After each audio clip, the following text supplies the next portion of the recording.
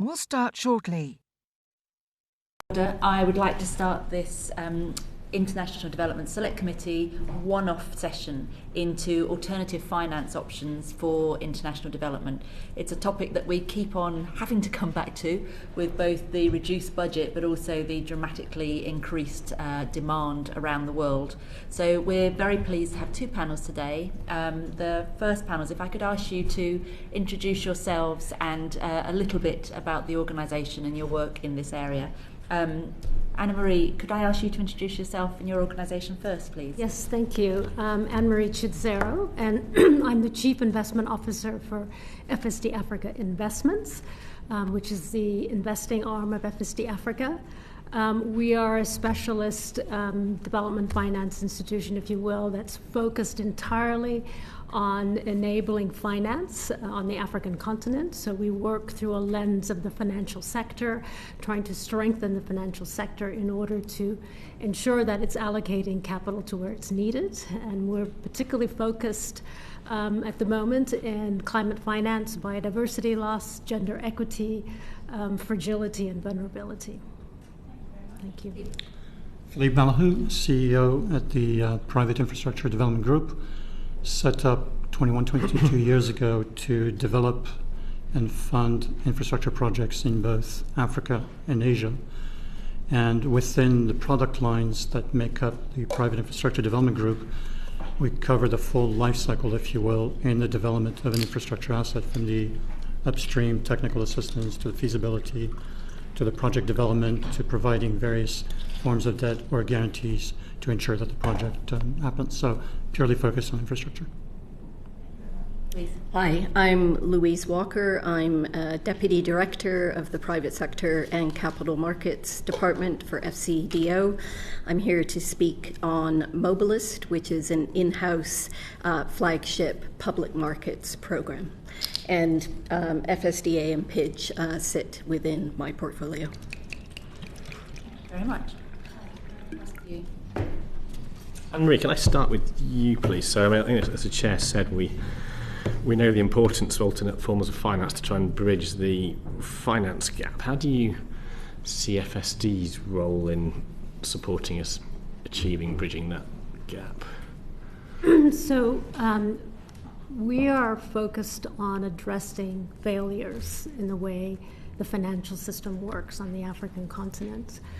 As our name says, financial sector deepening, we're looking at how do you deepen the financial system. So how do you create better funnels, better pipes to get the capital, particularly to small businesses, to low-income households, and to some of the sectors that I named, biodiversity, climate change, etc. And so by strengthening the financial system, that enables more finance to get to where it's needed to address poverty alleviation. So as an organization that's funded by the UK government, we are enabling more of that capital to get to where it's needed, and also just ensuring that there's a multiplier impact in terms of more finance, because you're doing it through the financial sector. You're not providing the finance yourselves, you're trying to create the plumbing that other people can then put funding through, is that? That's correct. We're creating the plumbing, if you will. So we, as an organization, we have a number of tools at our disposition. So we can provide technical support, capacity support to policymakers, to regulators, because as you create these new funnels, there needs to be the space in which they can operate. So we support the policy and the regulations that open up the market, and at the same time, we are actually backing some of the financial innovations, so the new models that will help us get to SMEs, that will help us finance nature, for example, that has benefits to communities. So we work with partners to then create those funnels, but at the same time we're working on the policy side. So both the investment and both the enabling environment through policy support. Is it your view then that actually if you get the plumbing right, there's viable projects for private investors can invest in and make a return on, and this is all feasible, or is that not quite as simple as that? That's actually our view. So we have currently a portfolio of about 93 million and about 19 investments. And we've been able to bring along with us other private investors or financiers into the structures that we have backed. And so we have a multiplier impact of about 2.2 of the capital that we deploy. But more importantly is these intermediaries are extending finance to SMEs. And so there is an additional sort of drive for long-term finance. And we've estimated that this is about 1.2 billion so far with the types of intermediaries that we have supported. And I'll give you an example. We've supported a fund that's trying to help local currency finance through the bond markets. And so they anchor corporates or financial institutions that are serving SMEs or operating in the energy space and the agricultural space to help them raise local capital. So by backing that intermediary, we then help them provide more local financing by capturing local pools of capital. How do you ensure that once you've put the plumbing in place, it's used to enhance all the things you want to enhance rather than I can now invest in this area, I can clear this whole area and grow stuff I can sell at a huge profit, but that's not quite the enhancing nature or the biodiversity I was after, but it is the best return. So we are very specific about who we partner with, and we are very active. We're based on the continent, and so we have a very strong network in the continent. And so we engage with these partners to work through these strategies, but we also sit on their boards. We help them drive the outcomes that we've agreed that we want to achieve by backing a novel solution in the market. They adhere to our own sort of guidelines and policies, and we're also driving issues such as natural capital disclosure. So through our technical assistance work, we've worked with a lot of financial institutions to get them to understand how their financing could impact on nature and have agreed on how to disclose for that. That's consistent with the task force on natural capital.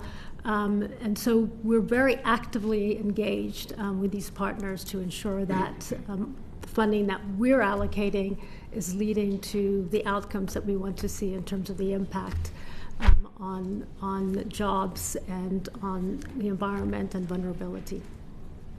Thank you. And Philippe, I think I read from your annual report that 58% of the finance you mobilised was private investment. How do you go about attracting that? What's the deal that they're looking for that you give them? I think if you think about the different product lines, and I talked about us having the ability to cover the full life cycle of an infrastructure asset. So it begins with the identification of a project, working potentially with a local developer to do the feasibility, take it to financial close, take it through construction. What we are essentially doing by doing that is de-risking the projects and demonstrating that you can develop projects in sub-Saharan Africa or Southeast Asia, as we do, in a manner that will attract the private sector. So one of our key fundamental roles up front is that project development arm, which takes those projects through the construction, and we may at times have to operate the transaction for a year or two, but always looking to exit to bring the private sector in, having de-risked it. I suppose the de-risking is I'm being confident not just that this project will work and have a revenue stream, but it'll get to me and not be siphoned off or taken away from me, or there's actually predictable flows here that I can be confident in. Absolutely. So when we are developing the project, we are going to have a very activist, and I think that's the way to describe, role in the governance, in the function that we describe as health, safety, environment, and social. So we will have people sitting in the management or on the boards to ensure that those standards are being adhered to. And then typically, even post-construction, we will have teams that continue to provide services to them because they're trying to become best in class, in particular the application of health and safety standards.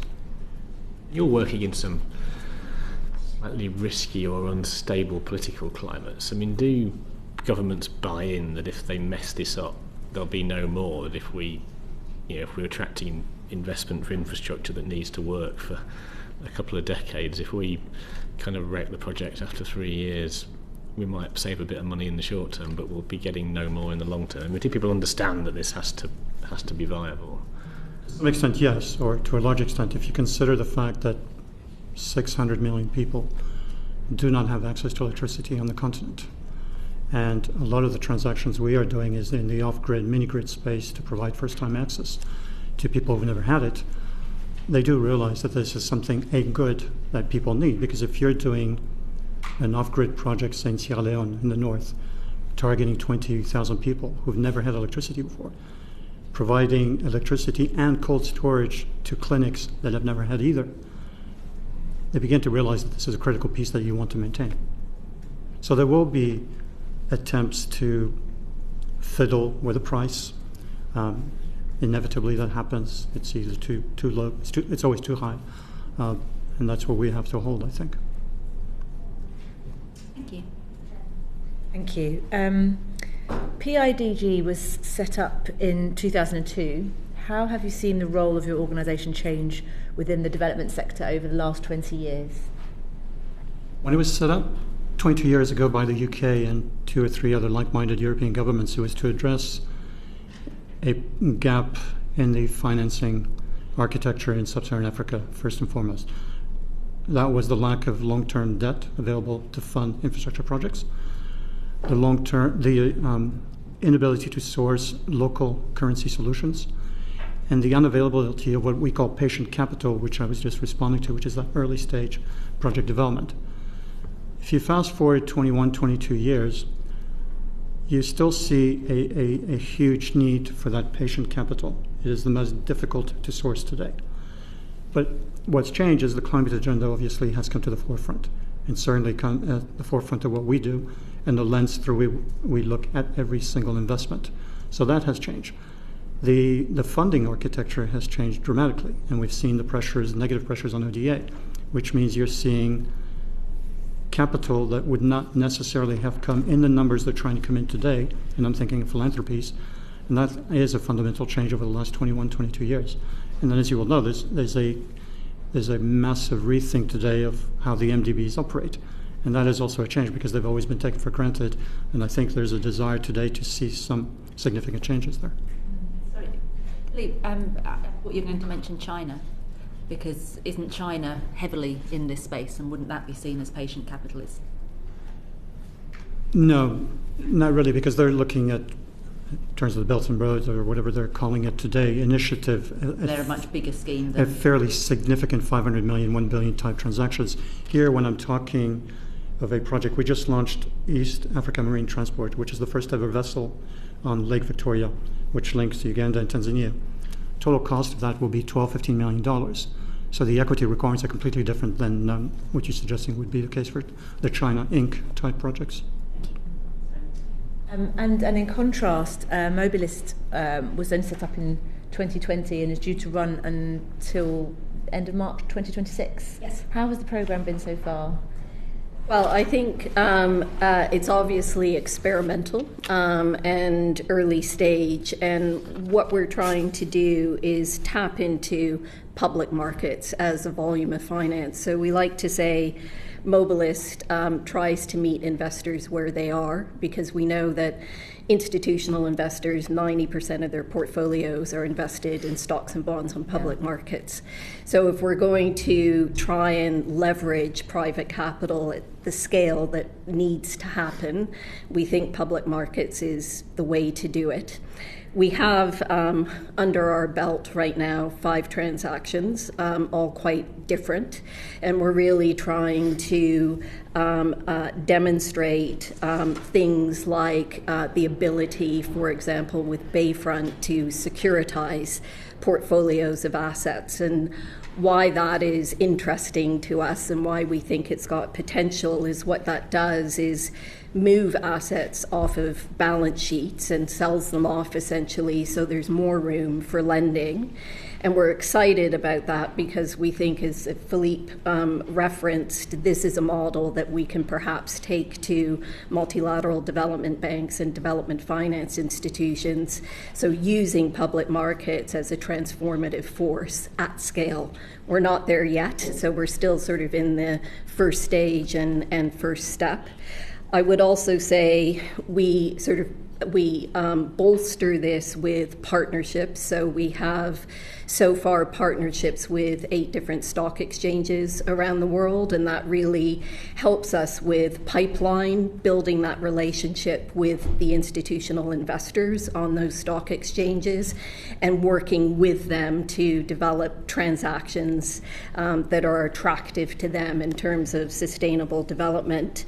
And then we underpin that with some technical assistance, where we need to better understand something to structure a transaction, as well as research. So we're trying to also embed this sort of in a policy framework as well.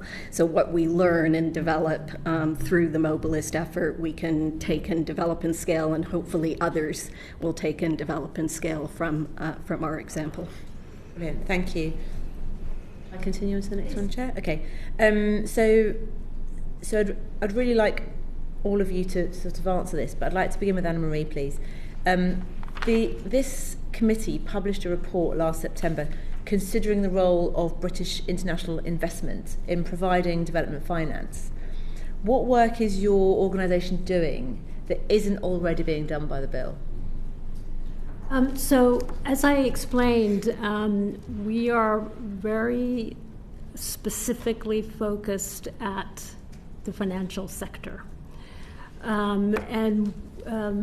We're using a variety of instruments, the investment and the grants, to change the way, so to have a systemic impact on the way finance is allocated. And we are focused on the failures of the financial market. So when we first started 10 years ago, the big issue in our markets was financial inclusion. 80% of African people didn't have access to a financial service, a formal financial service, and we're operating in the informal sector, which was inefficient, costly, and actually, not serving them.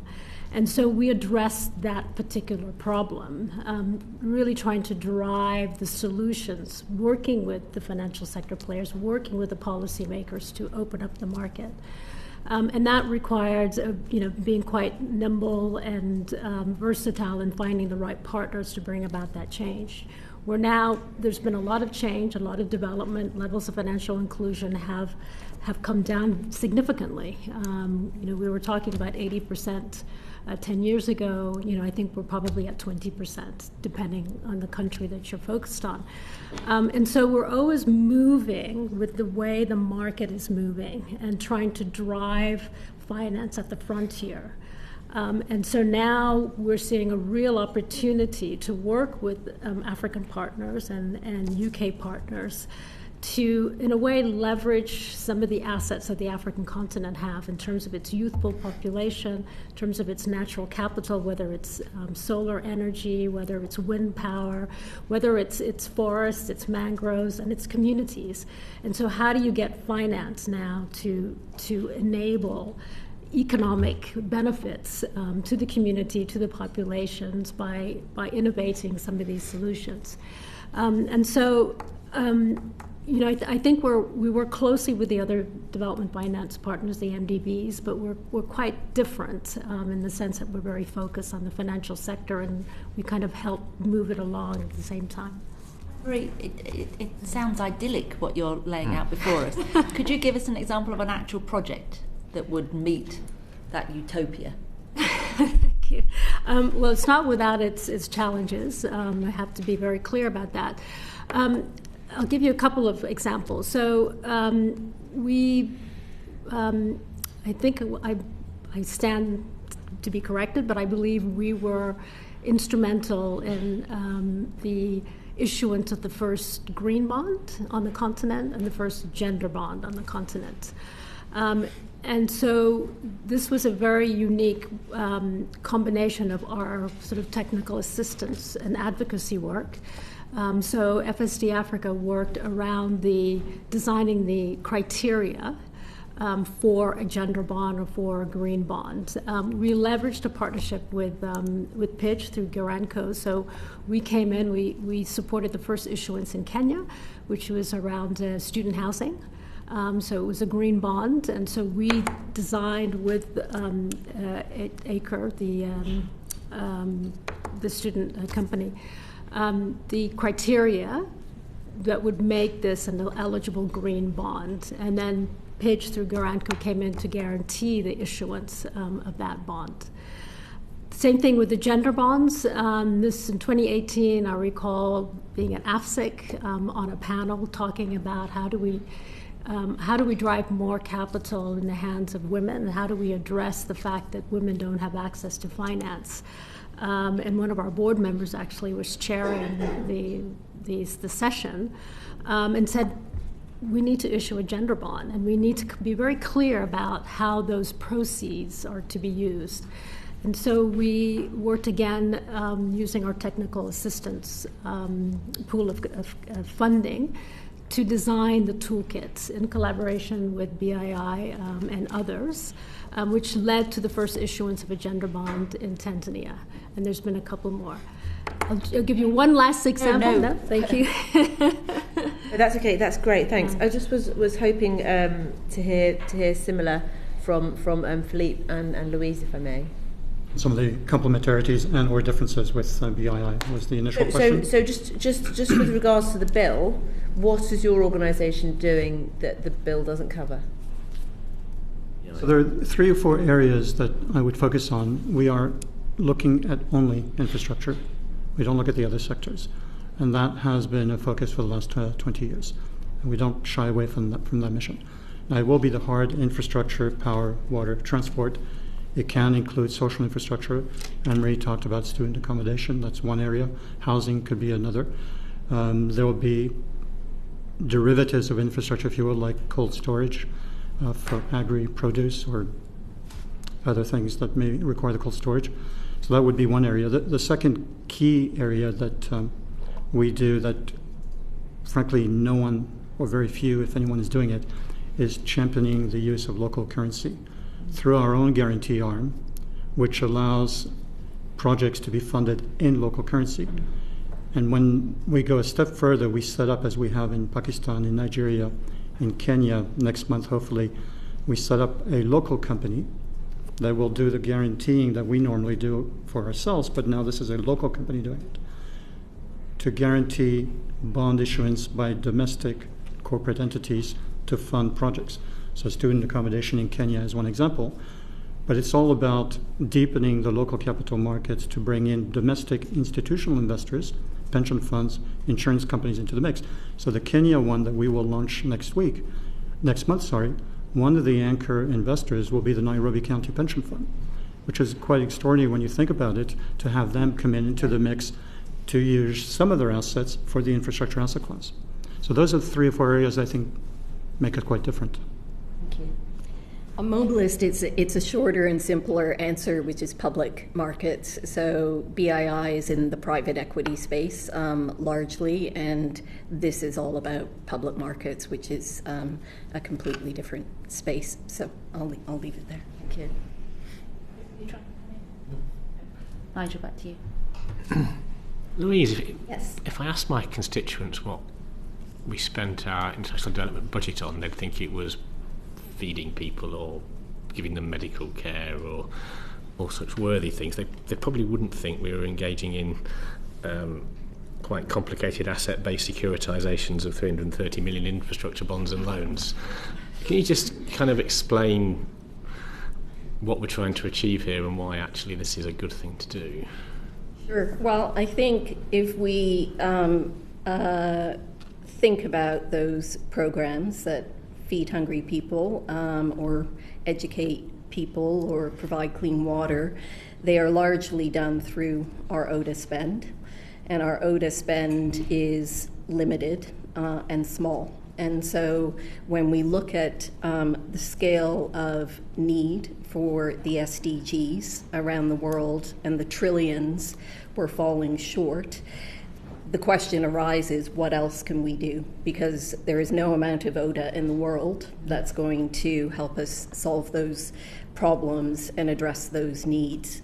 So this is really, yes, it's perhaps the complex securitization of assets is one example, but this is really about how do we get private capital to flow into emerging markets, developing economies to meet these sustainable development objectives, climate objectives, and start to really change how these things work. That's in part helping investors become more familiar with these markets. It's in part thinking about, are there novel ways to do things that we may not have done before that is still attractive and still creates a commercial return. MOBILIST invests pari passu on commercial terms, so this isn't free money in the sense that we're not providing an ODA grant in that way. But if I look at the transaction we did on the listing on the Thai Stock Exchange, that was a bank, a commercial Thai bank, whose loans were all for micro, small, and medium-sized enterprises, 70% women-owned businesses, mostly rural. So if we're able to really help institutions like that, that is really directly using a public market transaction, if you like, which is a very new thing, and actually make a difference in rural communities and for women-owned businesses. Yeah, I think I get the model of projects are quite risky at the start, and then once you've got them running, you can effectively extract your risk capital and remarket it, and somebody else can put some money in, and we can go and do the same thing again and keep rotating the money. That all seems quite reasonable. But do we risk doing a lot of this in relatively well-off countries in the scheme of things, and the poorest communities in the poorest countries? This model just doesn't work, because if I dig a well in a poor village, they're not going to pay for the water, so we can't do that there. How do we ensure we're really having impact where it's most needed, not where it's most easy? I think it's a really good question. I think one of the things in Bayfront, so the assets that we looked at were green, sustainable assets only. So we didn't just look at the whole portfolio. So we looked at very specific parts of that portfolio.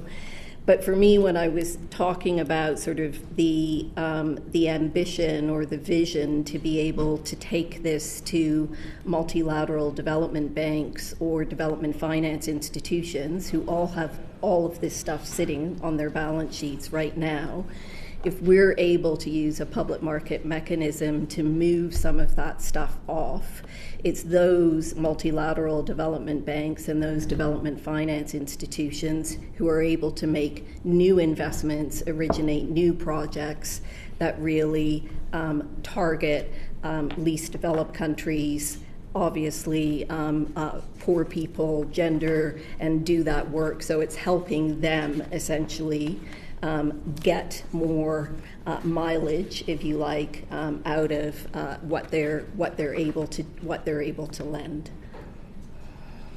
Thank you. Thank you. You recently made an investment in an asset-based securitization of 330 million. My brief says it was to anchor an asset-based securitization of 330 million in infrastructure loans. Mr. Mills referred to this earlier. Can you just talk us through what was the 330 million of assets? What were those assets? So Bayfront is a Bayfront. That's the name of the transaction. So our total investment was £4 million in that. So relatively small, and essentially their business is buying up portfolios of assets. So what we were doing is helping them look at their sustainable development assets and spin those off with other partners. So PIDG was a part of that transaction. You say spin them off, you mean turn them into securities that could be sold on a public market? Exactly. Okay. That's exactly what I mean. Do you mean equity securities, or do you mean debt securities? Well, the securities, they are because they're on public. They're on public markets. I know what a security is. Yes. I'm just asking if they were debt or equity. I don't know the answer to that question, and I will get back to you. What were the assets behind them? Well, there was a huge portfolio of infrastructure assets, essentially. So we were looking at green and resilient infrastructure Who owned these assets before they were taken and commercial securitized? banks, mostly commercial banks. Yeah. So there were already extant loans that had paid the borrowing entity to develop and create these assets, and those commercial banks, are these local commercial banks or are they foreign commercial banks? There are a range of commercial banks. So Bayfront is based in Singapore, so it's basically a range of different commercial banks that Bayfront essentially works with. Bayfront is a portfolio holder Yes. On behalf of a range of these commercial banks. Yeah. And those commercial banks, Bayfront is based in Singapore. Yes. And the 330 million of assets that we were talking about, of which you put in 4 million, when it was securitized. Before it was securitized, there was still 330 million of assets, but you weren't involved. It was the commercial banks that had originally financed it, yes? Yes. And those commercial banks came from where? I can get you You don't know? we do know. I just don't, off the top of my head, have the full list how because many there of was them- quite a long list of. Yeah, and how many of them are domestic? This was Louise, would you be able to detail this in writing to us? Yeah, there's no problem. It's just quite a. I expect it would looked be. at the transaction, so it's quite a long sort of, list. So I is it wouldn't know it akin off to a the top of my syndicate? Before head. it was securitized, it was akin to a syndicated loan where lots of banks put in a small amount. So I can give you the exact breakdown of all the assets, where they came from, how they were But originated. my question is, was it akin to a syndicated loan? Was it lots of banks putting in a relatively small amount? It was different. So there were different originators. I will Write to us. I'll write to you and get you the exact Originators? You mean it was more than one loan? more than one bank? I mean, sort of obviously it's more than one originating bank. banks. Yeah. What I'm asking is, was this package of 330 million pounds of assets itself funded from many, many different sources, or was it one thing? One thing. It was a whole series of things. There was a number of things. And Bayfront's job was to bundle it all together and say, look, we could turn this into a securitized product we could then sell to a range of investors. Exactly. Thus freeing up the commercial banks because they get their money back. Exactly. And they'd be able to do something else. And it'd be just interesting for me to know is, where were they from? Were they mostly global? Were they mostly foreign banks? Were they mostly domestic banks? So was this 330 million all in one jurisdiction? It was not all in one jurisdiction, so it wasn't. So by domestic, if you mean UK banks. No, I mean, was it all in? Was it all in Tanzania? Was it all in Kenya? Was it? How many countries were represented by this bundle? I can get you the answer for that, but it was quite. I don't have the number of countries. If it's 120 banks with, as it were, 3 million each, making 360. I'm making the numbers up as I go along, but you get my point. If it's roughly 100 banks from 53 different countries with different pieces, and it's all being bundled together in a parcel to be securitized, that's information that I think would be very useful to the community to have in detail. I'm very happy to do that. Yeah. And you make a lot of reference to financial intermediaries in the packaging up of this. Who are these financial intermediaries? Are they all based in Singapore? Are they domestic to the countries that we're talking about that are receiving the infrastructure finance, or what? So it varies on the transaction. Do you want to talk about Bayfront in particular, or do you want to the financial intermediaries who are helping Bayfront, presumably? Yeah, so there's financial intermediaries helping Bayfront. We obviously, as we look at these transactions, get commercial legal advice. So as we do the due diligence on those deals and look at exactly sort of what the terms and conditions are, of the transaction that we're getting involved with. In some cases, if we're a shareholder, obviously we would be a shareholder with the same rights as other shareholders. In another transaction, we've been a limited partner, so it's a different type of relationship, if you like, to the actual transaction. So it varies by transaction, but it's part of sort of how we get.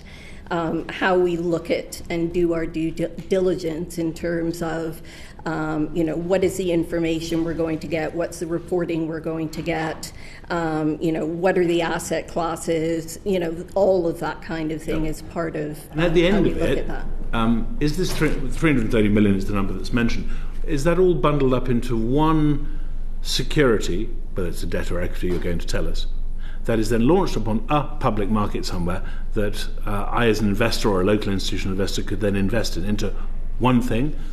Or is it a whole series of things that they're investing in? You can do a series of things. No, what was this, I'm asking? Sorry, I don't answer. I'm not asking what you can do. I'm asking, what was this? Was it one entity? It was a series. How many? I will get you the answer to that. What was the total value of the fees associated with this 330 million? I will get you the answer to that. Okay, thank you. Philippe and Anne-Marie, do you use financial intermediaries as well? No, or very, very little. So if you expand the definition of financial intermediaries to include, for example, these entities that I described that we set up in Pakistan, Nigeria, and now Kenya to mobilize domestic institutional capital, you could say that is a financial intermediary because we are providing equity to launch and act as an anchor investor in that entity. But in doing so, we have, again, as I said earlier, a very activist control. We will sit on the board, we will sit on the credit committee or investment committee, and we will impose from day one our standards in terms of health and safety, measuring impact and additionality. I think the reason that we're so interested in this is because when we had BII in front of us, we were quite concerned about the level of scrutiny that they had, and also the rates that those intermediaries were charging. So hence our. I'm interested in the fees. The reason I'm being annoying about it is because it's very different, I know, but in this country we had an initiative called the Private Finance Initiative, which became very big indeed. It had outstanding obligations in the hundreds of billions, and the professional fees associated with that were startling. Very startling. There was one financier who set up a PFI company who was paying himself a salary of £8.2 million a year, and I want to know where the money has gone, and to whom, and for what. Let me pause there. Virendra, over to you. Sorry, Richard. No, I'm finished. What are the challenges that women face in accessing private development finance? Sorry, I didn't get the first part of your question. What are the challenges that women face in accessing private development finance? I think there are many challenges, and one can think about social biases, and so there is a pool of women who are asset allocators who struggle to raise finance, and we're trying to support them to do that. But there's also the rural women, the micro businesses that struggle to access finance. One, maybe they're not as literate, from a digital technology perspective. Maybe there's bias in the way the financial institutions reach them.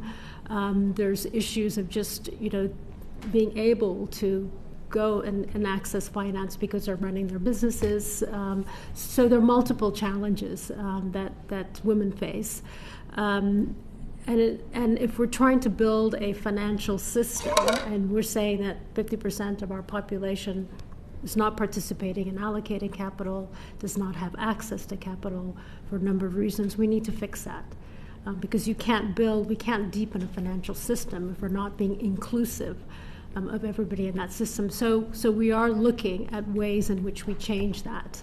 And we've initiated a facility where we're going to be backing women allocators. And these women allocators tend to be backing women-led businesses, whether they're the micro businesses, the early stage companies.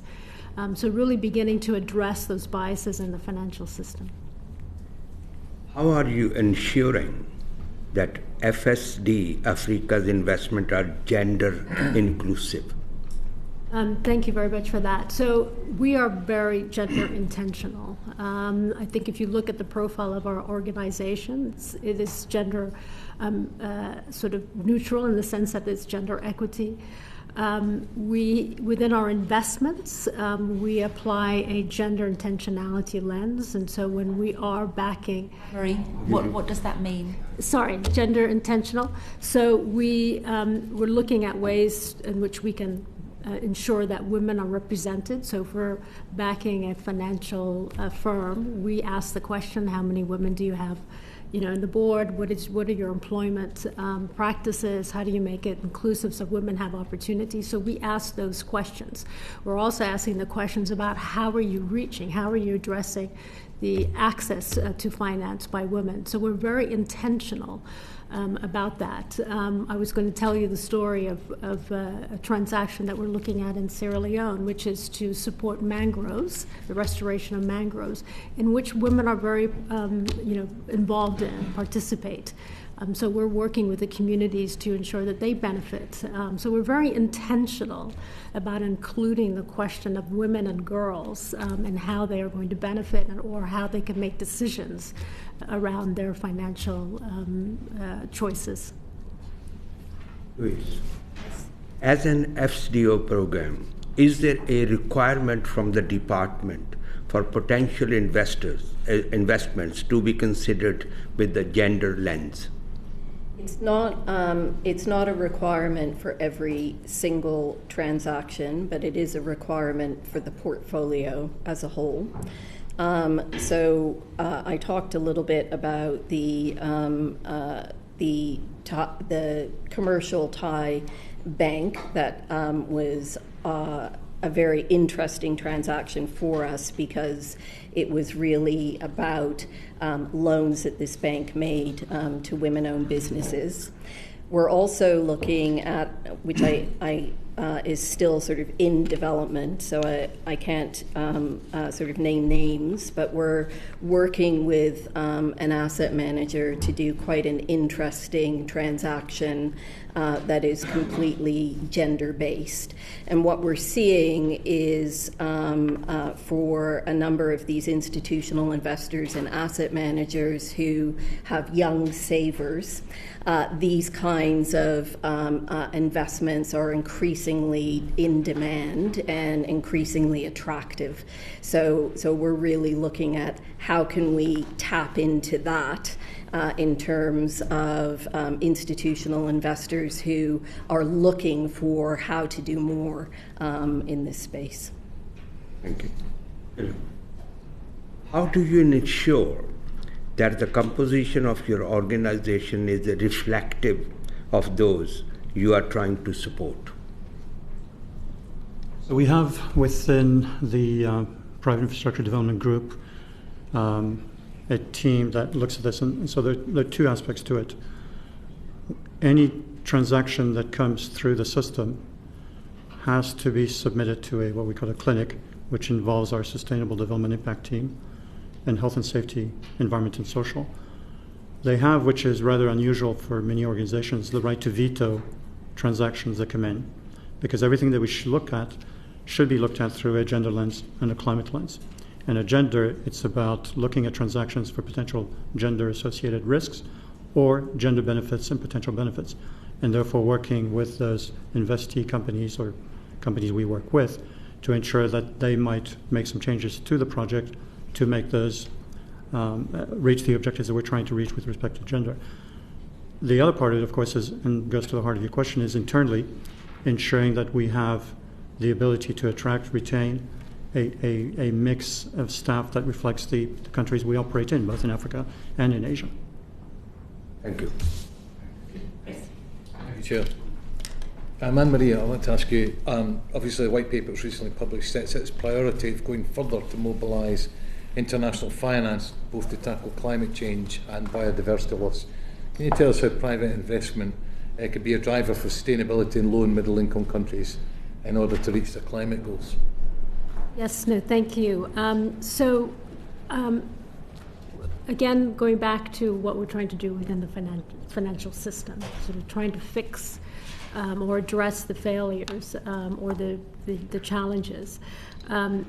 So being at the frontier of finance, so continually trying to drive finance to where it needs to go, we're now focusing around how do you finance energy, because energy, renewable energy sources, but particularly energy that's going to reach those that don't even have access to the grid. And so we are again testing different financing solutions for that. I spoke about biodiversity restoration, which is very important for achieving our CO2 targets. But biodiversity needs a lot more financing. We estimate that there's about, Africa needs about 220 billion pounds a year for its to finance its climate agenda. It's only getting about 30 billion, and of that, there's only 4 billion coming from the private sector. So how are we going to raise that capital? We need to be able to create the conduits for more private capital to finance Africa's climate agenda. What do you mean by conduits? Sorry. The conduits, yeah. So we need to get the intermediaries, going back to the intermediaries, that will then, the intermediaries and the instruments, the financial instruments. So what kind of sort of products will actually finance a mangrove that will attract private capital to do that? So we need to be able to design those kinds of instruments. And so what we're trying to do is demonstrate how you do that. How do you provide long-term finance to a project developer that's working with communities to preserve mangroves and to then generate the carbon credits? And so how do you do that? And how do you do that in a transparent way, in a way that there is credibility around the carbon credits? So those are the kind of when I say conduits, these are the solutions that we're working on with local partners to try to unlock finance, and particularly finance from local domestic capital providers. It sounds to me we're miles off target and way, way behind in terms of sustainable development goals for these countries. So how do we accelerate that? How do we accelerate that? That's a very good question, and it's a challenge that we're taking on. So as an organization, because we're able to work from a policy level, as well as from actually testing these solutions. An example is we're the founder of the African Natural Capital Association, which is alliance, which is an alliance of African financial institutions, funds, and other project developers, to specifically figure out how do we do this in the context of what we do or what they do in their own markets to get more finance to protect our biodiversity. So it is a big challenge, and we're trying to get at it from different angles, through the policy work, through mobilizing stakeholders, through testing some of these solutions and testing them with local capital providers, just to demonstrate how you could do it. Thank you. And Philippe, if I can turn to you for a second. Just looking at your own most recent annual review, it highlights that 35% of investments since 2002 have been actually in non-renewable energy. Can you tell us, can you still invest in these businesses, and if so, by how much? And how does this tackle climate emergency and the potential biodiversity catastrophe? And also, can you tell me how you measure? Is it independently monitored? But looking at the structure of your own organisation, it seems to be all in-house. So how do you scrutinise yourself? The figures you referred to are obviously legacy projects, which we wouldn't touch today. So we wouldn't be doing those projects, pure and simple. Are you saying now you don't invest at all? No, so we would be doing renewables, which is solar power, wind, and hydro. To some extent, we're trying geothermal, but it's a very tough sector. So if you look at numbers for 2023, which will be published in May or June, you will see a significantly very high percentage in terms of the power business that's been done or is being done in the renewable space. But it's a tough sector and a very fragmented sector. What does that mean? If you look at the off-grid, mini-grid space in Africa, which is where we're playing quite an active role, there are lots of participants, and you'll have some off-grid operators who will reach 2,000 people, larger platforms trying to reach 100,000 people, and there's everything in between. They can't be all operating, so it's very fragmented. There has to be some consolidation, and equally, it's that part of the equation that cannot find that early stage project development capital, which is missing. Because if you're developing one of those projects, say 50,000, you're going to be spending $5-7 million in development capital, which you hope to recoup after construction or after financial close. But it's a tough market. And you said you had a very high percentage in renewables. So Yes. what's the percentage you're still investing in non-renewables, and why? So we're not investing Not in at that. all. No. So we're at 0%. Yes. Okay, thank you. Thank you, Chief. Sorry, yes, I'm just pondering what Yeah. you've just said. So is there still a funding vacuum when it comes to those much smaller investments? There is. If you look at project developers in sub-Saharan Africa, there are millions of them. But do they have the pockets? No. They may own a piece of land. They may own a piece of intellectual property. They may have some rights to develop, but then they can't find the cash or the equity to be able to develop that. One of the MDBs I see had a program for some years that tried to do that, but there are very, very few players who are putting money in that early stage space. And so when we talk about, as unpopular as I sound when I make these pronouncements, we talk about the trillions. That's an interesting concept, but the trillions are not going to move unless you have pipelines of bankable transactions. And you don't need trillions to develop those pipelines of bankable transactions. In particular, in the energy sector, you need tens, hundreds of millions. Was UK ODA in that space, or has it always been a gap? Is what, sorry? Was UK ODA in that? Absolutely. microfinance? As 65-70% funder of what we do, the funding that we get for our development arm in large measure comes from the UK. So yes, you're an active, or the UK is a very active player there. Louise, you were frantically nodding then, so that leads me to my next question.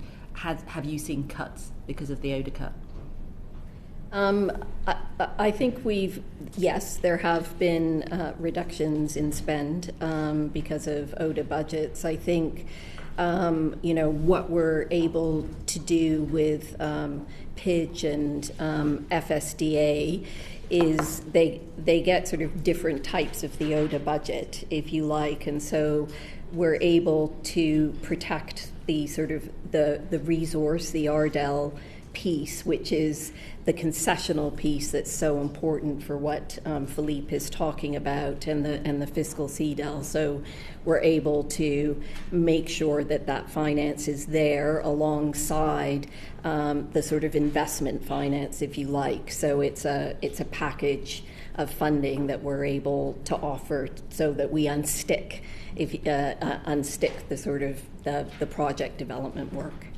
So I'm also making the leap that the bigger projects are probably more financially attractive to the private sector.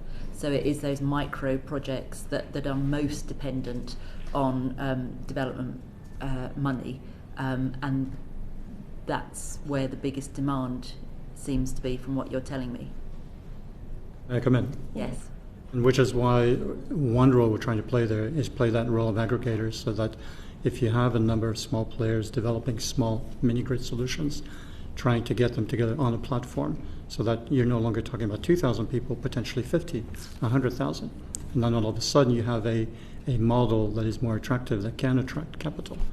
This is our frustration across the board, in that the bigger projects have got the capacity to both seek out the funding but also do all the administration.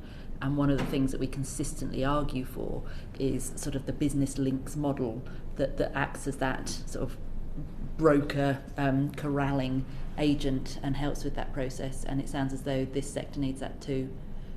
So let me say thank you for all the work that you're doing in that area. Well, you need capacity on the ground, and you need to, and I think you probably agree because we've talked about it, you need to obsess about localizing solutions. There are local developers who are very well positioned to be able to do this. You don't need to attract it from other countries. So localizing solutions is key, I think. Always key. I can see the panel behind desperately trying to come in on your question, so I'm going to end this session now. Thank you very, very much. Thank you. If we just pause the proceedings just while we allow you to swap over. You've given us a lot to think about, and thank you.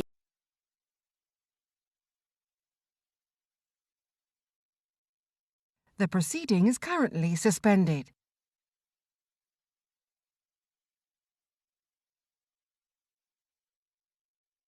The proceeding is currently suspended.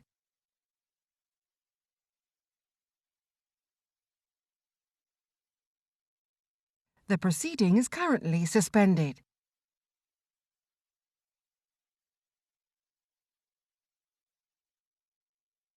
The proceeding is currently suspended.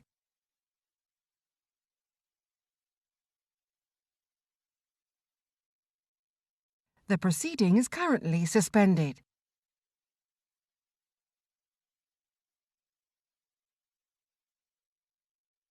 The proceeding is currently suspended. Thank you very much. Second panel, let me quickly ask you to introduce yourselves because we are now pressed for time if there is this vote. Romilly, I'm going to start with you by saying you have been in front of this panel on many occasions, but you have changed jobs since we've seen you, so congratulations. Thank you. And you know, tell us who you are and who your new organisation is, please. Thank you, Sarah. So I'm Romilly Greenhill. I am the new CEO of Bond, which is the UK NGO network. We have 380 members working in the development space in the UK. Evie, let me come to you. Welcome. Tell us who you are and who you're representing. Hi, I'm Evie Aspinall. I'm the director of the British Foreign Policy Group. We're a not-for-profit, non-partisan think tank focused on the intersection between domestic and foreign policy. Very much. And Ian, also a friend of this committee, introduce yourself and your organisation, please. Thanks, Chair. I'm Ian Mitchell. I'm co-director of the Europe programme of the Centre for Global Development, which is a think tank in London and Washington. Thank you very much. Andrew, over to you. Evie, how has the way that the FCDO has delivered development aid transformed over recent years, particularly following the cuts to the ODA budget? So I think here the key distinction is between what the Foreign Office has said it will do and what has practically happened since the cuts. So a number of key trends we've seen as a result of the cuts. One has been regional. So almost all countries have seen large reductions in aid from 2020 to 2022. However, Africa has particularly lost out, not least because of aid to Ukraine following Russia's invasion. We've seen a shift despite plans to move towards bilateral aid, towards multilateral aid, and a key part of this has been the shift towards non-grant development finance, which we're here to discuss today. In part, that's driven by the economic situation, so the aim being that non-grant development finance can allow us to unlock more money and do more with less. There's also a drive towards localization and local project delivery, empowering local businesses and organizations by giving them the capital they need to get started. This, in turn, has precipitated a number of other shifts. One is, and contrary to kind of what our aims and objectives have been stated in kind of the recent white paper and in the integrated review refresh, is that we've shifted away from some of the lower income countries towards more mature markets because there is less perceived risk in investments in those areas. Similarly, we've seen a move away from poverty alleviation as a priority, particularly when we're looking at non-grant development finance. Does that surprise you, the move away from poverty? I think it does in terms of instead of our stated objectives, it doesn't align with what we kind of have said our vision for the world should be and what our role we want to play in it. It's not necessarily surprising, particularly on the non-grant development finance, because it's quite inherent in the model. In that, if you're it's easier to encourage private capital when there's less risk involved. So they will always go for those easier opportunities, which tend to be in middle income countries, and that's one of the big things that we need to focus on, is find ways to implement guardrails that make sure that we do prioritise lower income countries still.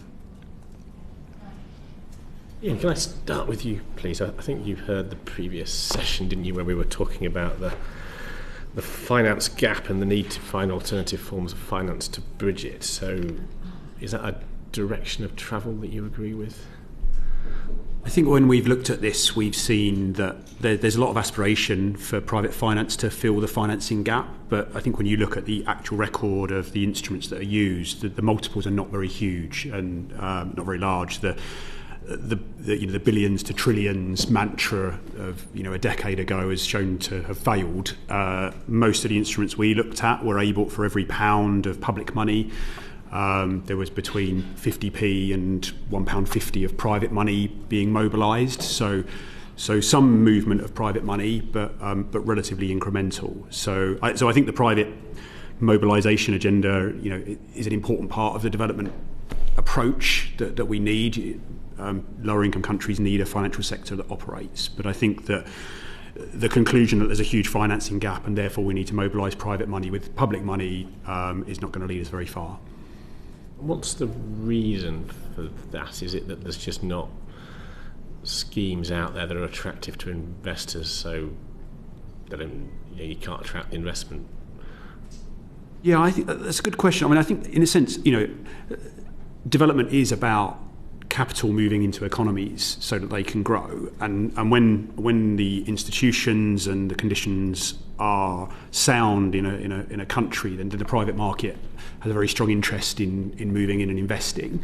And I think that the question of whether public money is best spent on strengthening the institutions and the public sector of that country, or whether it's used to slightly increase the returns or decrease the risk, I think that it's valuable to have a balance of both, but on the whole I think it's the former that matters more to private money moving into lower income countries, and a little bit of subsidy isn't going to make a great difference if you're a private investor looking at one of those countries. It's not transformational having a slightly lower risk because of some insurance from government. It's like we're in danger of billions to trillions becoming billions to millions, which is probably not quite what we're after, is it? When we looked at BII, we sort of had a long look at what additionality meant and how you could ensure you were being additional rather than just almost crowding out what private finance was there because it was a way of getting a return. I mean, does this work? Have we got development institutions actually doing stuff that other people won't, or are they just doing stuff that other people might have done because that's probably the easiest way of doing the work we're asking them to do? Evie, any?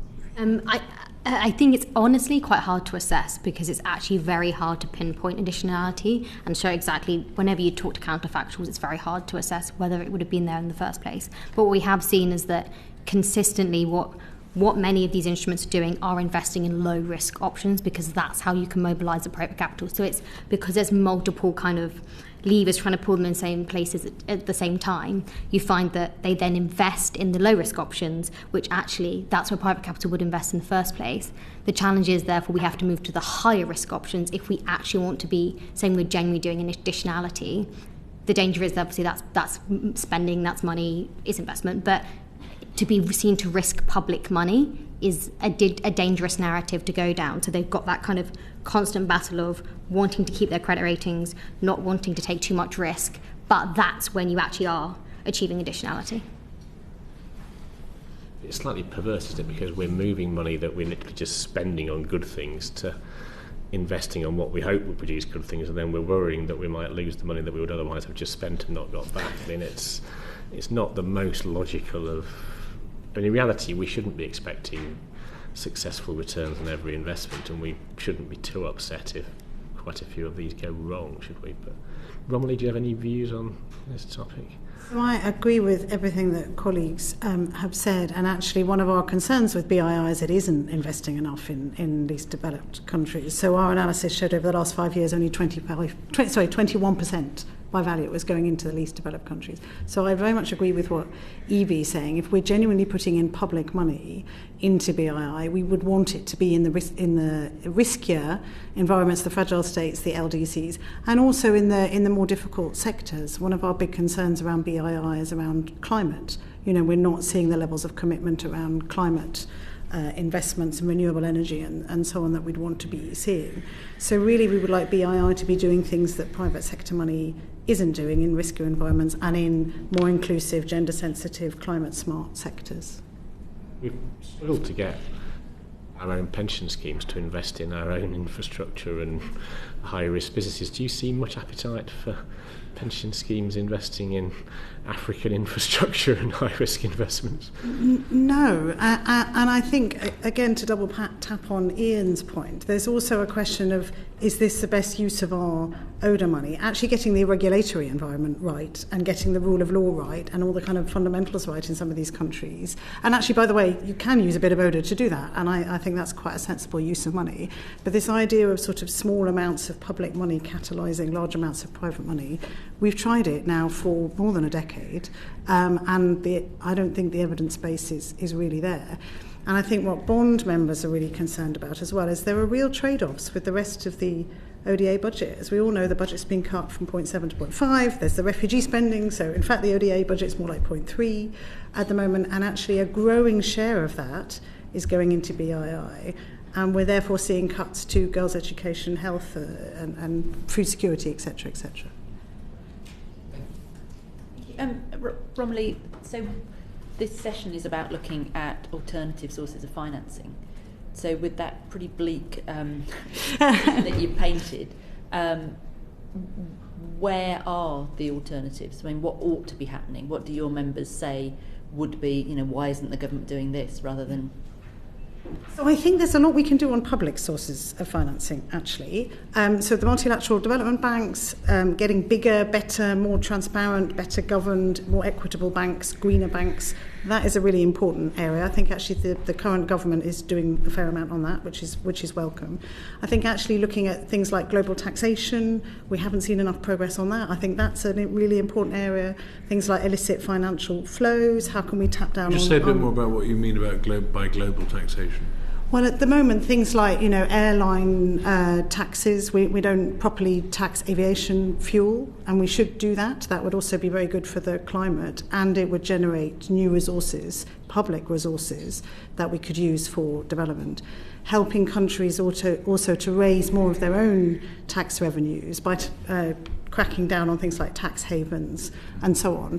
Incredibly important, and that's public money that could really be used to fight poverty and invest in infrastructure and so on. Thank you. Romilly, I was going to ask you, do you think there's sufficient... Oh, sorry, I have to go back to Evie on my question ahead of myself. Many of the FCDO's British investment partnerships are partnered with or jointly funded by other governments and organisations. Can you tell me, does this limit the leverage that the FCDO has within these financial instruments? Is the classic problem of kind of collaboration versus competition. I think so. There is a risk that when you're all operating in the same markets, that you end up competing with each other. This is, I think, a particular challenge in lower income countries where the opportunities to invest are smaller and there are fewer. And what we actually find is that we are competing rather than supporting each other. There's also a risk of duplication, which, given as we all know how tight budgets are, that's kind of one we want to mitigate. I do think there's also opportunities, though, to collaborate with partners. And I think that's an approach we're trying to do in general in our foreign policy, and we should encourage. Not least that different investment organisations have different specialist expertise and skills and offer differing financing options. And so collectively we can work together to make a better package, which can also help mitigate some of the risks. That's certainly a positive. So there are risks, but actually there are opportunities as well.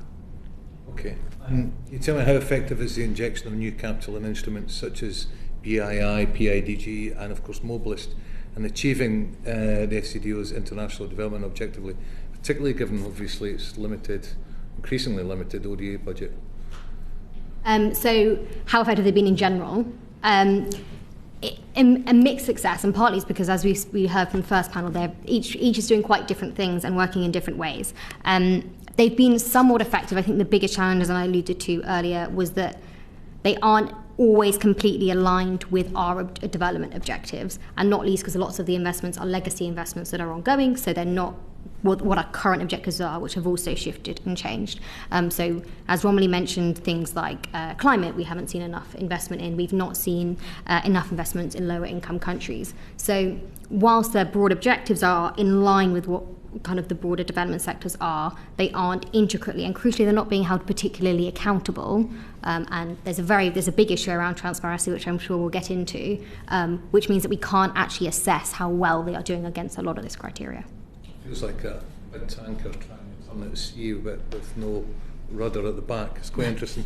And Ian, can you tell me, are the risks involved with these financial instruments often operating in similar sectors and regions? It sounds like it clearly is.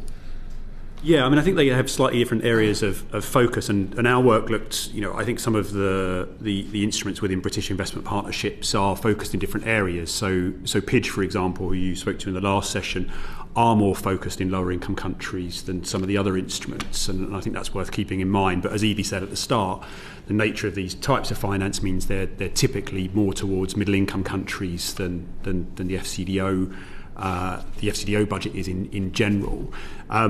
I suppose I just also wanted to say, I think there are some other ways to mobilise finance that we saw in our work, and guarantees, I think, is one good example of that. So over the past few years, the government has guaranteed parts of multilateral development banks' portfolios, allowing them to lend quite substantial sums quite quickly, including to Ukraine, but also for climate projects in India and Indonesia and South Africa.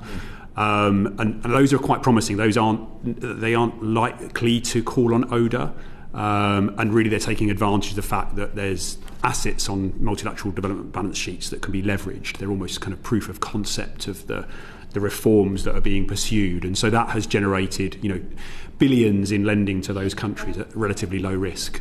It was those guarantees that actually started us down this inquiry.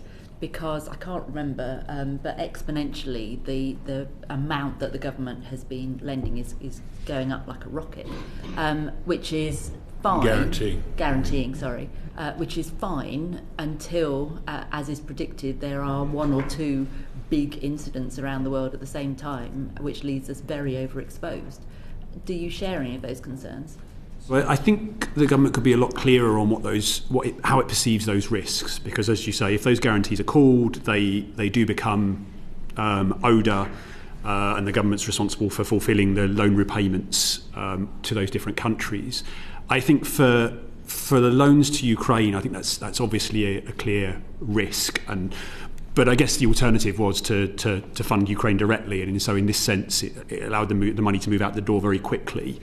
I think the other guarantees are much, much lower risk because they're through the multilateral banks, and because basically the multilateral banks are not taking enough risk. So I think the chances of those going wrong are much smaller, and therefore they make good sense. But I think it's quite hard to know. The India Green Guarantee is a good example of sort of the lack of transparency. It was announced in COP, Parliament were informed 2 months later. And then we still really haven't heard any detail about what that guarantee is funding. I think in the autumn there was a little bit more detail from the bank, but there must be an expected cost of that guarantee. We know the length of time. We should know what the expected cost is, but that information isn't systematically made available. Sweden have an annual report. Why is it not made available? It's leading on my next question. How do we get access to this information? Yeah, there was some more information in this year's FCDO annual report, so there was an improvement. But I think CEDA have a systematic reporting system where they say these are all our contingent liabilities. This is what we expect them to cost based on the risk that we're taking, and this is the objective of what the guarantee is for. And I think we really need that because it's around $5 billion that has been guaranteed in the past 2 years. From 22 to 23, it's gone up 411%, the size of the guarantees. Which will concern lots of us. Romilly, I guess I'm going to ask a question around this. Do you think there's sufficient information available to let ourselves, politicians, obviously civil society, scrutinise these institutions effectively? And I guess how can this information be improved to enhance future scrutiny? So, simple answer to the first part of your question, no. And I think Ian has provided an example. But also on BII, so Publish What You Fund, who assess a lot of different agencies based on transparency, they gave them a score of 26.5 out of 100, which isn't very good, and put them in the bottom half of all of the DFIs. So I mean that's a very 26.5 out of 100 on the Publish What You Fund ranking. I'm sure we can send you this. So they ranked all the different DFIs, and that was the score they gave them. So would you recommend that there should be a member of government on the board? Because this has come up repeatedly in our committee, and when we've had Andrew Mitchell most recently here, he absolutely adamant that shouldn't be the case. What's your own thoughts on that? No, I think you need to have much more stronger government control over BII. And I think to pick up on Evie's point, the government has a set of commitments on climate. It's committed to the SDGs, gender, all of the, leave no one behind, all of these agendas. But because BII is at arm's length, it has limited control over how much BII is doing to implement those commitments. So I think the transparency is incredibly important. I personally would like to see an overall strategy for the UK actually across all of the British investment partnerships. What are they trying to achieve? How does it align with the SDGs? More transparency about how much is being spent, to your point, on guarantees, and that actually would enable you, us, people in low-income countries to scrutinise and actually check progress, and that just isn't there at the moment. Member of government on the boards. Yes, and government on the board, exactly. Yeah. Rather reverse my tank onto your lawn. I apologise, but over to you. Right, all right. Mr. Mitchell, you said earlier that when we were discussing the billions to trillions point not having really come to fruition, that the evidence that some extra insurance promoted a big flow of extra private capital was unconvincing, or I can't remember the exact words you used, but I'm not misrepresenting what you said. But aren't guarantees, which you said were quite promising, essentially a form of insurance? Isn't that what they are? Yeah, I think that they are. I think that's were you right. Were you referring to something different? No, I was referring to exactly to guarantee. No, I was referring to my broader comment relates to exactly as you said. Will a small amount of public finance cause private finance to flow? You're right. So guarantees are an example of that. I think the way the government has used them has been to guarantee loans from multilateral development banks. And for that particular reason, they've been able to move a lot of money, either because the multilateral development bank had reached its country limit, as was the case, I think, with India, or because it enables the African Development Bank, for example, to have a portfolio of lending that it wouldn't otherwise be able to have. And essentially, because the multilateral development banks have such strong balance sheets and those guarantees are unlocking them, I think it's that particular feature that means that they work well. So, yeah, you would be, I mean, there's been, as the Chair says, there's been a huge increase in the amount of guaranteeing going on. There are obviously some benefits to it. There are obviously some risks. How would you characterise the risks of doing far, far more guaranteeing in the way that we now are doing, compared with the benefits? And I think there's always... The way the government accounts for these guarantees is there's an expected cost that goes into the FCDO's resource budget, and so that is a real economic cost that's recognised as. When you say economic spending. Cost, you mean the fair value that they put. That's right. Exactly. That's not necessarily an actual cost of cash out the door, is it? No, exactly.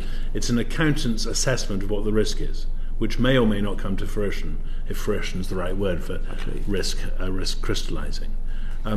In the Foreign Office resource accounts, there are quite widely varying risks. So the African Development Bank you mentioned, we guaranteed 1,295 million to 1.3 billion, and the fair value of that is 98 million, or 7.5%. But in Jordan, we guaranteed 252 million at a fair value cost in the accounts of 15 million, or 5.9%. In Iraq, it's 11.7%, 45 million fair value out of 382 million. You used to work at the Institute for Fiscal Studies. You're used to crunching numbers in the spreadsheet until you get the number you want. Sorry, I didn't say that. Until you get a reasonable number that could stand scrutiny. How are these numbers calculated? Yeah, I don't think we know the answer to that, and I think it's exactly the question we should be asking about, because I think it's there's a new report by the government which sets out contingent liabilities, but it doesn't cover these loans because it's not up to date enough. But on the ones that it does cost, it talks about essentially the creditworthiness of those partner countries and the likelihood of them being unable to repay their loans. I think the guarantees that we've seen that are development related, we haven't seen that breakdown of the probability of not repaying, how it takes into account the different factors. Those numbers must be behind it in order to come exactly. So someone in the Treasury is calculating those, but the calculations are not available publicly. So do you know what's wrong with Gibraltar at 25%? 108 million fair value for 425 million of loan. Is there something we're not being told? Yeah, I don't know about the Gibraltar case. I think probably that's not a multilateral development bank guarantee like the others.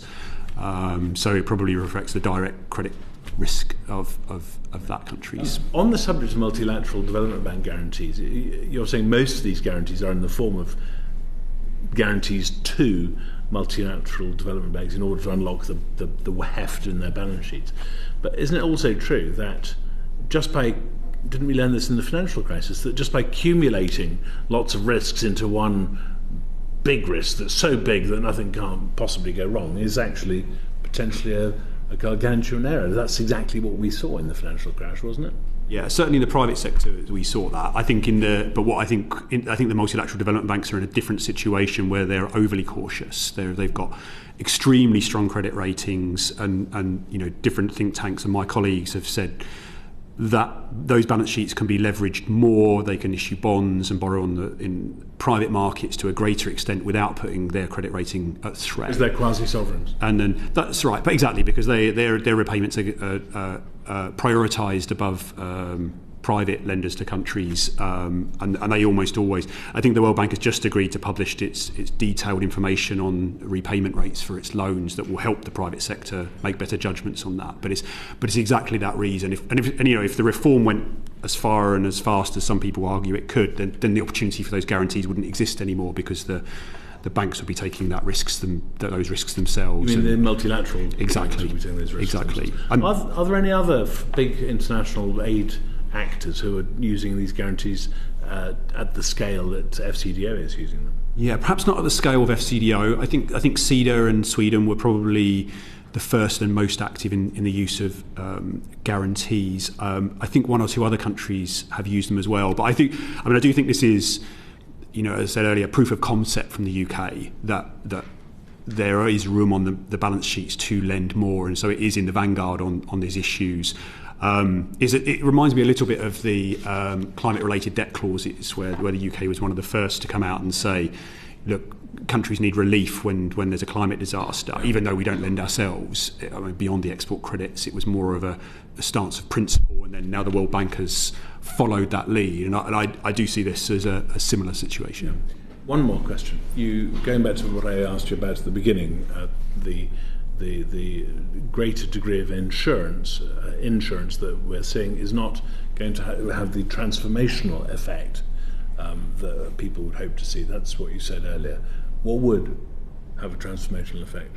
So I think if we look at the concessional finance globally, the amount of the G7 and the countries contribute, I think there's probably two main ways you can materially change the amount of finance that's going into development. One is to encourage new countries to contribute, and the climate finance discussions at COP this year will bring that into sharp focus. I think we're seeing some of the Middle Eastern countries contribute more, and that could open the door to a conversation about that. And I think the other is going back to the reform of the multilateral development banks, where potentially there's hundreds, 800 or more than 100 billion dollars that could be unlocked with successful reform, which requires 800 billion? No, probably between 1 and 500 billion. Okay. Additional. On top of 200 billion in aid globally. That needs the support of the shareholders at the banks and a willingness to take more risk. So I think that's a big important agenda. But those are beyond countries stepping up together and providing more ODA. Those I think are the only two ways you get significant additional finance into the system. Don't we also need greater reassurance? I think Romilly Greenhill mentioned the governance question. There are many jurisdictions where people are reluctant to invest because they think there's going to be a coup d'etat and they'll lose it. To take a slightly different example, this committee was in northern Sinai recently. We met some Gazan businessmen who are now taking refuge in Cairo, but they're looking for lots of investment. Nobody's going to invest in Gaza on the scale required unless there's a political settlement that assures investors that it's not all going to be destroyed by bombs again in 5 or 10 or 15 years' time. The same is true of much of Africa and Asia, is it not? I think there's clearly countries that are either in debt distress or are very fragile and not going to attract private investment. I think the medium-term story for development is much stronger than that. I mean, I think if you look at over a 20 or 30-year period, lower-income countries have grown very quickly and are starting to present very good opportunities for investors. And so I think going back to the sort of very beginning of this, is it right that the UK government is supporting financial development in lower-income countries? I mean, I think it does make sense to a degree. I think if you think about the UK's comparative advantage, we have a very strong financial sector. Our regulation matters globally, and so I think it's legitimate that the UK should be thinking about policies in that area. And I think the longer-term story of investing in lower-income countries is quite a good one, notwithstanding the fact that there are risks in either of conflict or other challenges for countries. And so I think it's enabling our pension assets and other private investors to access those good returns, as they take off. Could I direct the same question to both Romilly and Evie, please? I mean, what are alternatives? I mean, Evie, in your introduction, very nicely said, the investment in poverty is dropping dramatically. We're seeing more and more crises around the world, so the problem's only ever going to get bigger. What are the alternatives to us? Romilly or Evie? Well, both of you. That's whoever goes first. So I think you need to think about sort of domestic, public, private, international, public, private. One of the things on the private sector side, actually, there's a lot of focus about international private finance and FDI and so on. Actually, I think doing much more to support local private sector in countries, in low and middle income countries, is really important, because actually that's, if you're thinking about the SMEs, MSMEs, that's where actually you get the bigger impacts on gender equality, on poverty reduction, and so encouraging those kind of local markets, I think is really important.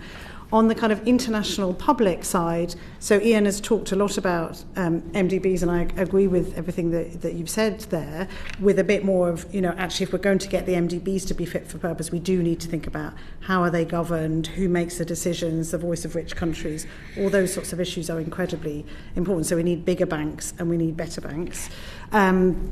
On the international side, what I was talking about before in terms of international taxation, things like tackling illicit finance is incredibly important. So I think what we really need to get to is this kind of portfolio approach. The other thing that I think is really important if we're thinking about kind of financing development, public and private money do different things. They have different objectives. If I've got a supermarket on one side of my street and a primary school on the other, you don't really want the public sector running the supermarket, and you don't really want the private sector running universal primary education. So I think sometimes there's this bit of a sort of tendency to sort of mish all the money together and say we haven't got enough public money, therefore we need to bring in the private sector. We need to be really clear about what kinds of money can meet which objectives. So that's the other thing I think we need to think about. And then on the international financial side, yes, there are opportunities, but as we were saying at the beginning, doing more to create the right regulatory environment, make sure that the international private money is also meeting standards on climate, environment, governance, social indicators. I think that's one of the really important things we can be doing, of setting those standards, labour standards, human rights standards, all of those sorts of things, rather than just sort of trying to just sort of get more money in willy-nilly. It's got to be the right kind of money for the right purposes in the right contexts. And I think the colleagues have spoken to much of the kind of key ones. The MDB point, I think, is particularly important, reform of MDBs and mobilising a lot of that capital. I think the other things that we could add in is plugging information gaps. One of the biggest challenges for investors is not knowing what's going on in these climates, and so the more we can support that. Similarly, investing in local infrastructure for finance, so central banks, etc., providing support for them. I think that's as as was touched on earlier, is kind of a key part of what the UK can offer. And then I think in some ways perhaps you always become a bit pessimistic in these things. And there are, I think, positives about non-grant development finance and opportunities, and not least if we think about transitioning the types of finance we offer. So as countries transition between different stages of development, if we mix the financing that we offer, they should then evolve to reflect the shifting risk configurations. So while we might finance in one way in earlier stages, so using ODA in low-income countries, we can then improve investment climate for private capital to invest as they kind of grow further along. So I think it's not that this is completely irrelevant and not important, and given the size of the financing gap, it does have a role to play. We just need to think strategically to make sure we're using it in the best ways possible. Do you see other countries doing it better, or are there examples that you think, wow, that's really good, we should replicate it? I can't think of any immediately, and I don't know if colleagues have of one where you're like, oh, they're brilliant. I think the main things is the ones where nations have thought strategically about their use from the start and thinking about how they align most effectively with your overall development priorities and have the right level of oversight and transparency. And other nations have moved more quickly on the question of transparency, hence why BII is so low. You don't see that clarity in the white paper? I don't think so yet. I think there's still more to be done. Just briefly on that question, Chair. I mean, I think as well, it's hard to know how much the government absolutely wants to be doing this for development reasons and how much is because it has a financial transactions target from the Treasury. So these are in the spending review. FCDO was given a target for a proportion of its ODA to be used in financial transactions. They can only be used at BII, IFC, PIDG. We don't know where that target is now. We don't know what the plans are for spending next year, but the latest public information would suggest that they will need to very substantially increase that spending in the coming financial year, 24-25. The figures are an expected spend of 1.2 billion, which is double what has been spent this year. So on financial transactions. Exactly. So possibly go wrong. Indeed. So I understand. I mean, I would expect those are ongoing negotiations between FCDO and the Treasury, but we're obviously 2 weeks short of the new financial year, and there's certainly no public information that suggests that 1.2 billion won't have to be spent. And FCDO's budget is increasing in 24-25, but only by an amount that means that nearly all of the increase, 2/3 of the increase, will need to be in financial transactions as things stand. Yeah. Say that again.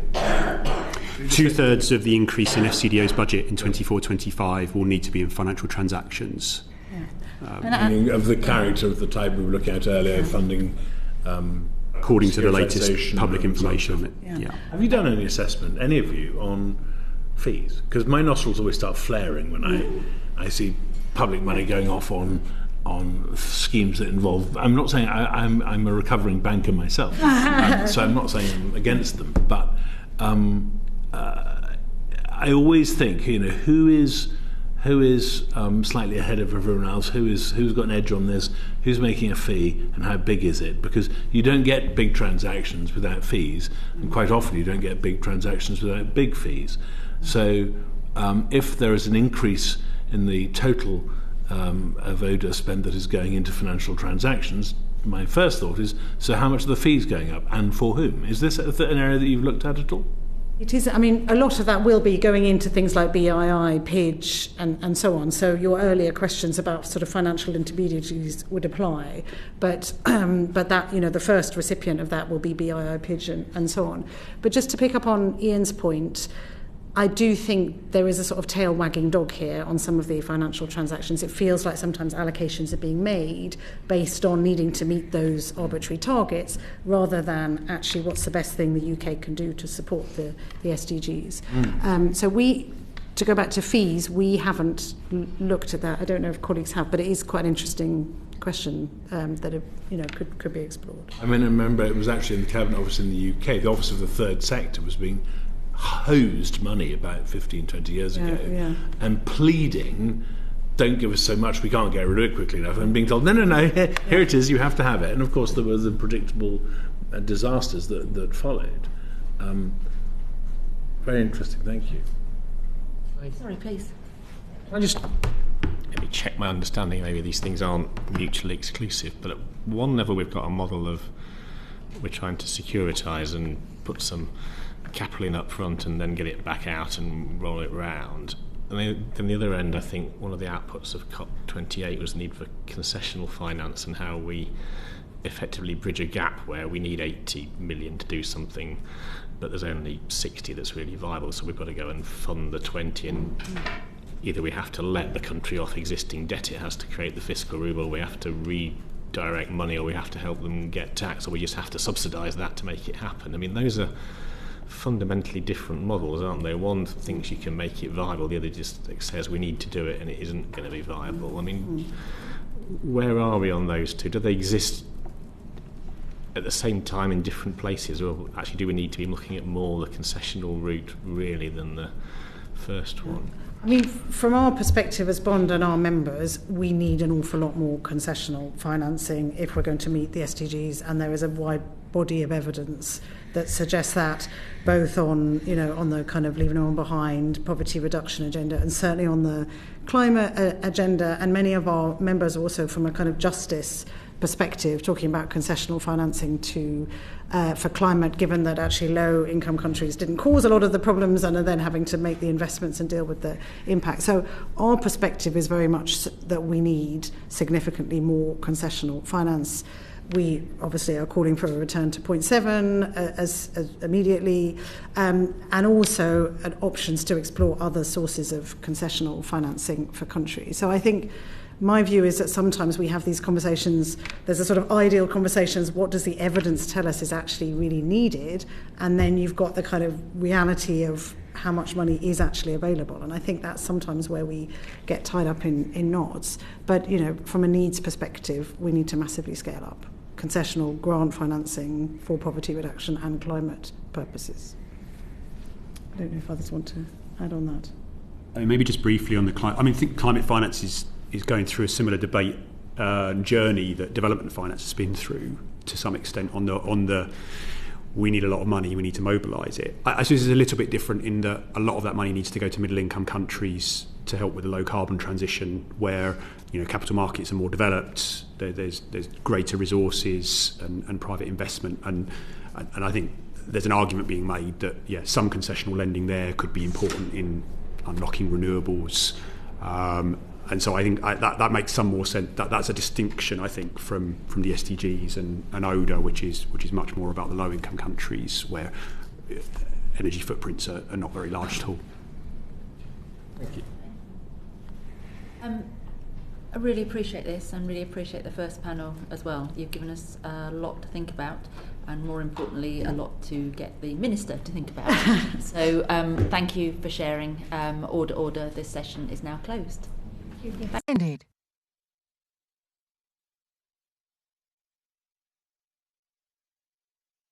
The proceeding has ended.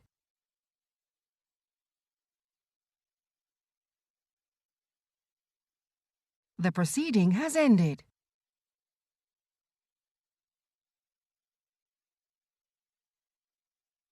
The proceeding has ended.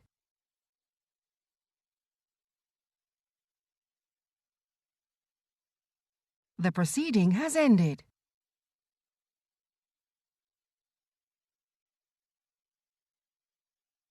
The proceeding has ended.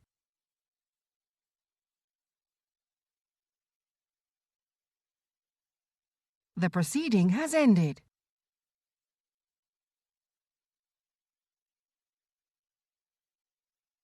The proceeding has ended.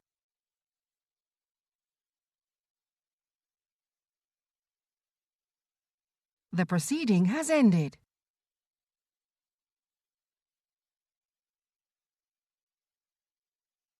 The proceeding has ended.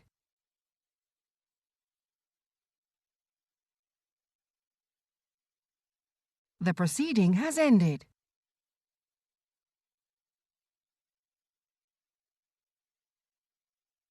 The proceeding has ended.